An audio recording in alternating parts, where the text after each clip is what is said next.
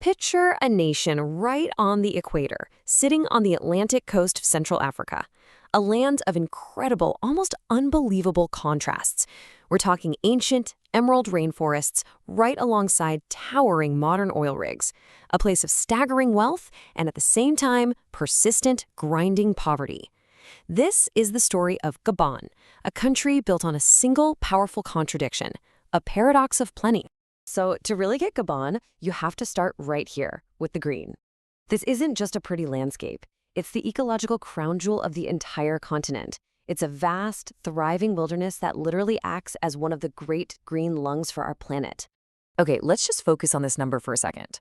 Almost 90% of Gabon is covered by rainforest. Seriously, think about that. This isn't just some random statistic. This is the country's identity. It shapes the climate, it shapes the culture, and it even shapes the very air the rest of the world breathes. And what's so incredible about all that forest is what it actually does. Gabon is one of the very few countries on the entire planet that is carbon positive. What does that mean? It means thanks to decades of really determined conservation efforts, it absorbs 4 times more carbon dioxide than it puts out. It's made them this kind of accidental superpower in the global fight against climate change.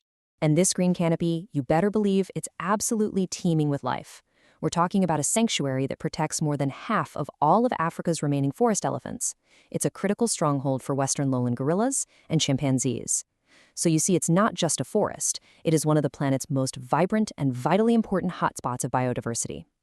But this is where the story takes a sharp turn, because hiding beneath that beautiful green canopy, Gabon holds a totally different kind of wealth, the kind that has defined its modern history and really created its central conflict: oil, manganese, timber. This right here, this is the heart of the paradox. For decades now, petroleum has been the undisputed engine of Gabon's economy. I mean, look at this. It completely fuels the nation, making up over 80% of all its exports. Now, add on top of that its status as the world's second largest producer of manganese, and you start to see a nation built almost entirely on what it can pull out of the ground. And all of that resource extraction, it's generated some incredible wealth. On paper, Gabon is one of Africa's richest countries. Its GDP per capita is up there with some European nations. This number, it tells a story of prosperity, of national success. But then, you see this number, the one that tells you what's really happening on the ground. About 1/3 of the Gabonese people live below the poverty line. So how? How can a country be so incredibly rich, yet so many of its people remain so poor? This quote, it just lays the whole disparity bare. The country's massive wealth wasn't being shared. It was being siphoned off, concentrated in the hands of a tiny, tiny elite. And you know, this wasn't a secret.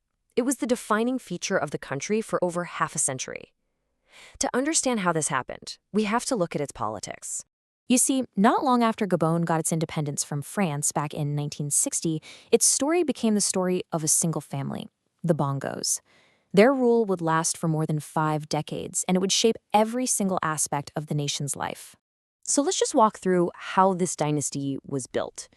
Omar Bongo took power way back in 1967 and pretty quickly tightened his grip, creating a one-party state. When he died in 2009, who took his place? His son, Ali Bongo. For 55 years, the presidency was basically treated like a family inheritance. But that iron grip on power wasn't totally unshakable. The later years, well, they were marked by more and more discontent. There were disputed elections, especially the one in 2016, that was really controversial, and there was even a failed coup attempt in 2019. You could see deep cracks starting to form in the foundation of the dynasty. The pressure was definitely building. And that pressure finally hit its breaking point on August 30th, 2023. The country was holding another general election, but I don't think anyone could have predicted just how fast the entire Bongo era was about to come to a dramatic end. And this really shows you the chain reaction. So first, you have the election. Then you get the official announcement late at night, declaring Ali Bongo the winner. But just a few hours after that, military officers appear on state TV with a very, very different announcement. They were now in control. The takeover was incredibly swift, and it was total. The coup leaders didn't just grab the presidency. No, they annulled the election results, they dissolved all the state institutions, and they sealed the country's borders. In just a matter of hours, The entire Bongo state apparatus was just gone, erased. And a new face emerged from all the chaos, General Bryce Oligui Nguema. He was quickly named the transitional leader, the man who would officially bring the 55-year Bongo family dynasty to an end. So the coup closed one very long chapter of Gabon's history, but it opened another one filled with both a lot of promise and profound uncertainty. What was going to come next for a nation that had only known one way of doing things for so long? Well, the international community reacted pretty much immediately. Both the African Union and the Commonwealth suspended Gabon's membership. It was a clear slap on the wrist for the undemocratic seizure of power and a sign of the country's sudden isolation on the world stage. At home, though, the new military leadership was projecting an image of reform. They promised a new constitution, a serious crackdown on corruption, and most importantly, a quick return to free and fair elections. They pledged to hand power back to the people. And when those elections were finally held, the result was a complete landslide. General Nguema, the guy who led the coup, secured over 90% of the vote. He was cementing his rule and beginning that transition from military leader to elected president. Which brings us right back, full circle, to that central paradox.